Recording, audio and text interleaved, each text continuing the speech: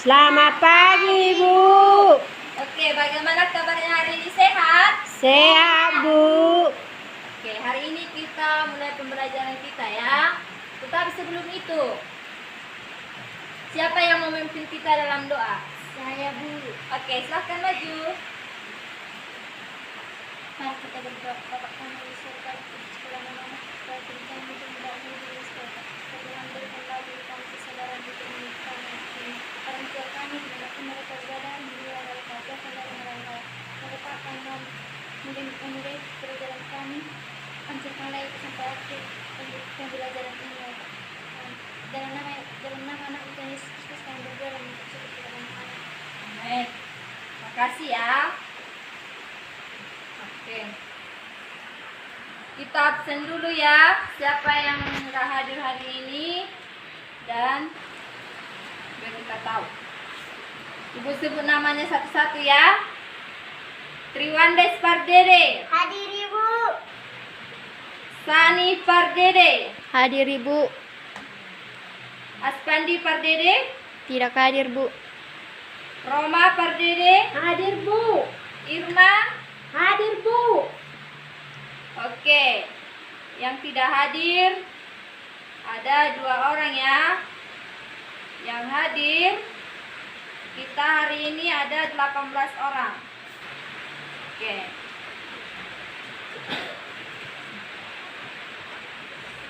Hari ini topik pembelajaran kita adalah gereja sebagai umat Allah yang baru. Gereja sebagai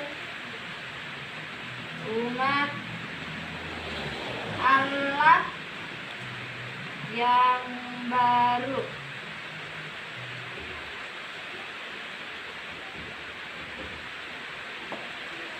Oke. Siapa yang membaca topik ini di rumah? Karena minggu depan kemarin kan Ibu sudah bilang membaca topik ini di rumah masing-masing. Siapa yang bisa menjelaskan arti gereja? Arti gereja. Gereja itu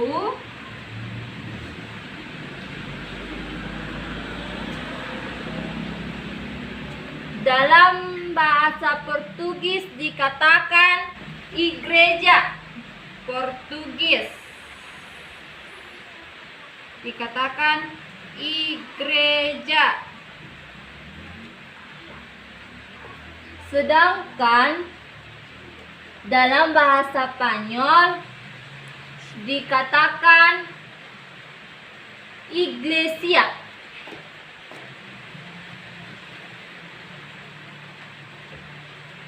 Prancis, iglesia, yang bermakna, yang artinya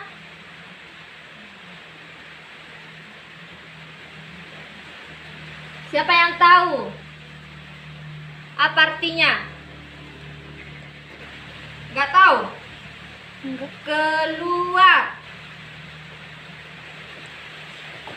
Keluar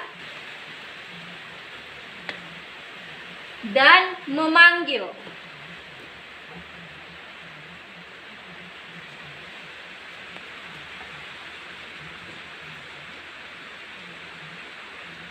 Jadi arti gereja adalah orang-orang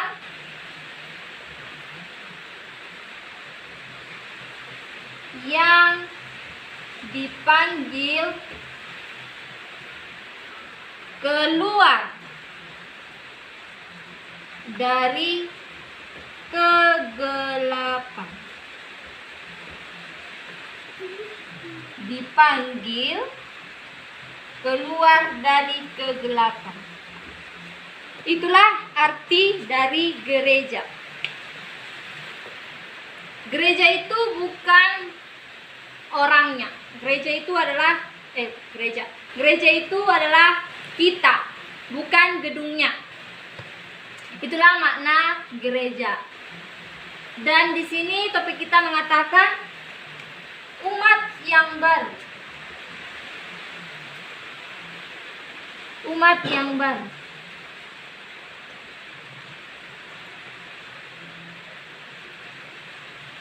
Siapa yang bisa menjelaskan arti dari umat yang baru? Ayo anak-anak, jangan cuma diam saja. Apa itu artinya umat yang baru? Tapi sebelum itu ibu tanyakan dulu seperti ini. Adanya gereja yang kalian kenal, apa itu? HKBP, Bu. Ya, ada HKBP. Apa lagi? HKI ya. GKPI. Banyak ya? Banyak ya jenis gereja. Banyak, Bu. Nah, bagaimana gereja itu dikatakan layak disebut gereja? Gereja-gereja ini disebut layak gereja, kenapa? Karena apa dia disebut layak sebagai gereja? Ayo, siapa yang bisa menjawab? Gak apa-apa salah. Kan kita sama-sama belajar, gak semua harus benar. Ayo kasih pendapatnya.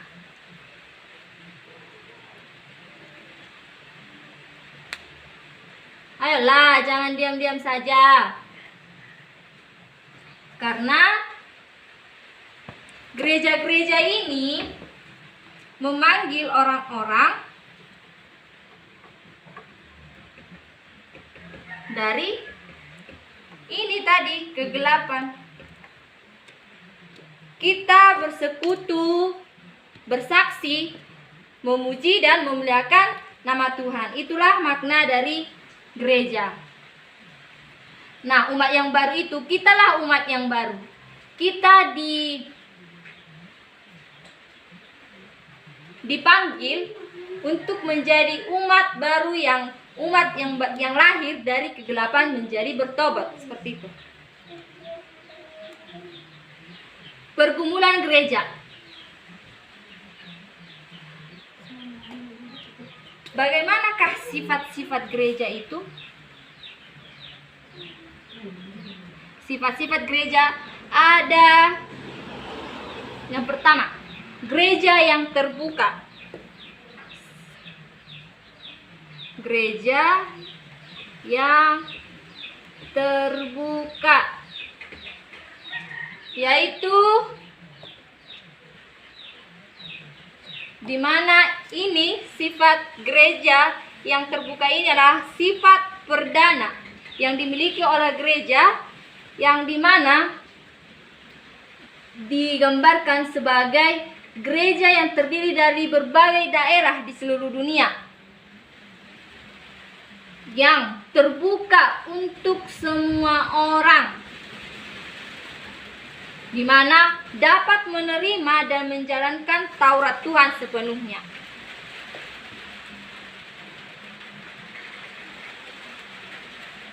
Oke, yang kedua itu ada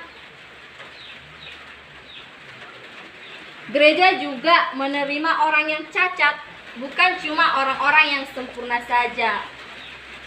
Bukan menjadikan anggotanya menjadi anggota yang sempurna, tetapi juga dapat yang cacat, yang tidak mampu, semuanya ditampung, terbuka untuk semua orang. Itulah sifat gereja yang pertama ini.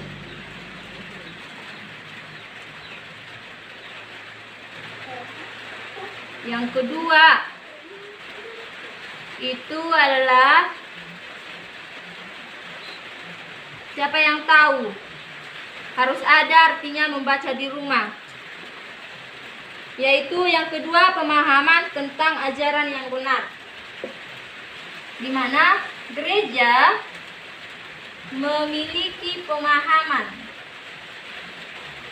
yang benar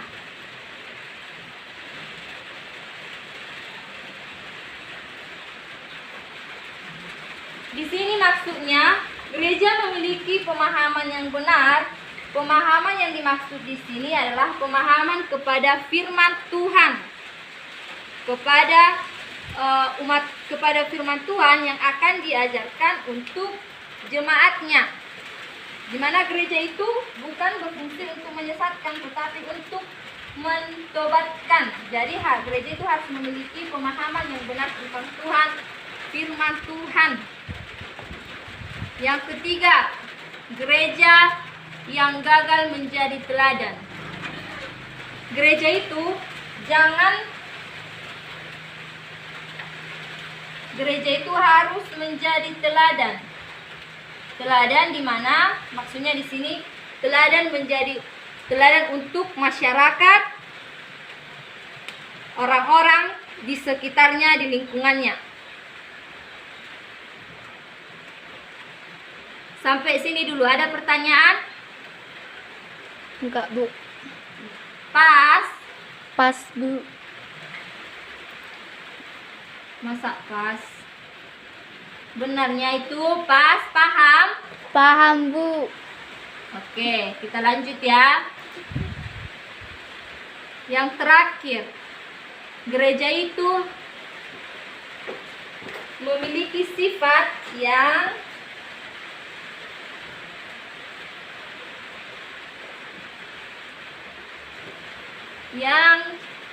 saling selalu ada dari mereka yang menjual harta miliknya telah membagi-bagikannya kepada semua orang sesuai dengan keperluan masing-masing. Di sini maksudnya gereja itu tidak pelit. Gereja itu tidak materialistis. Dia itu suka berbagi. Misalnya di jemaatnya itu ada bencana atau mengalami bencana, jadi gereja itu harus datang ke rumah jemaat itu untuk memberikan sebuah dorongan atau sukacita walaupun berupa materi, tapi itu merupakan suatu tindakan yang mana suka berbagi kepada sesama, kepada orang-orang. Itu merupakan sifat yang keempat dari gereja. Nah, jadi anak-anak ibu udah mengerti semuanya? Sudah, Bu. Oke, kalau sudah mengerti, ibu akan memberikan tugas di rumah. Dicatat ya. Baik, Bu. Dan ibu akan minggu depan akan kita bahas. Ibu akan menilainya. Dikerjakan di rumah. Dikerjakan betul-betul. Tulis ya. Ibu akan membacakannya. Yang Baik, pertama, kata gereja berasal dari kata bahasa Yunani, yaitu eklesia, yang berarti dipanggil keluar. Catat. Udah? Ulangi lagi, Bu. Kata gereja berasal dari kata bahasa Yunani, yaitu eklesia, yang berarti dipanggil keluar. Sudah? Sudah, Bu. Bagaimana gereja kamu memahami keberadaan dirinya? Bagaimana gereja kamu memahami keberadaan dirinya sebagai komunitas yang dipanggil keluar?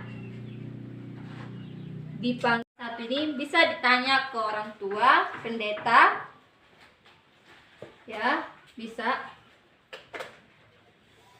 Bisa juga dijawab sendiri. Oke, yang nomor 2 ditulis. Coba bandingkan gereja kamu dengan gereja yang digambarkan dalam Kisah Para Rasul 2 ayat 1 sampai 47. Tulis ya. Kisah Para Rasul. Kisah Para Rasul 2 ayat 1 sampai 4. Oke. Udah siap tulis? Sudah, Bu. Sambung. Adakah persamaan dan perbedaan di antara keduanya? Kalau ada, apa? Maksudnya soal nomor 2 ini yaitu tuliskan dulu, bandingkan gereja kamu dengan gereja yang dimaksud di Alkitab ini. Di pasal ini ya, bandingkan gereja kamu dengan pasal gereja yang ada di pasal ini. Dan tuliskan perbedaannya, persamaannya, dan juga kalau ada persamaan dan perbedaannya, tuliskan apa-apa saja itu. Oke, mengerti? Mengerti, Bu. Oke, itu aja mungkin yang bisa. Tunggu dulu Ibu tengok ya, yang bisa kalian kerjakan. Oke, ini yang terakhir, soal yang terakhir. Kalau kaum perempuan di gerejamu kurang berperan, apa sebabnya? Bagaimana memperbaiki keadaan ini? Udah? Sudah, Bu. Oke, udah saya tulis ya. Maksudnya di sini nomor 3 ini adalah kaum perempuan di gerejamu kurang berperan, apakah sebabnya? Bagaimana memperbaiki keadaan ini? Di sini jika di gerejamu itu ada kaum perempuan itu kurang berperan, tuliskan kenapa, apa penyebabnya, kenapa kaum perempuan itu kurang berperan dalam gereja. Dan bagaimana pendapat kamu ya? Bagaimana pendapat kamu memperbaiki keadaan itu? Oke? Oke, Bu. Oke. Kalau sudah mengerti semuanya, sampai sini saja pertemuan kita. Tapi sebelumnya, apakah ada yang mau ditanyakan, anak-anak Ibu? Ada? Enggak ada, Bu. Pas? Pas, Bu. Oke lah. Dikerjakan tugasnya dengan baik ya. Baik, Itu Bu. suatu penambahan nilai untukmu untuk nilai UAS nanti. Oke. Sampai sini pertemuan kita. Kalau tidak ada pertanyaan, kita berdoa. Puji dan syukur kami panjatkan kehadirat-Mu Tuhan. Atas berkat-Mu kami bisa mengakhiri pembelajaran kami ini. Tiada kekurangan suatu apapun. Kiranya Tuhan, apapun yang dapat hamba sampaikan kepada anak didik, kiranya menjadi bekal bagi mereka. Sesebentar Tuhan juga kami akan pulang. Kiranya Tuhan yang memberkati kami di perjalanan kami. Orang tua kami juga Tuhan, dimanapun mereka saat ini, hanya Tuhan yang memberkati mereka, segala usaha pekerjaan tangan mereka, Tuhan berkati. Kami berdoa melalui Tuhan Yesus Kristus dan mengucap syukur. Amin. Oke. Udah bisa pulang? Iya, Bu. Selamat siang. Selamat siang, Bu.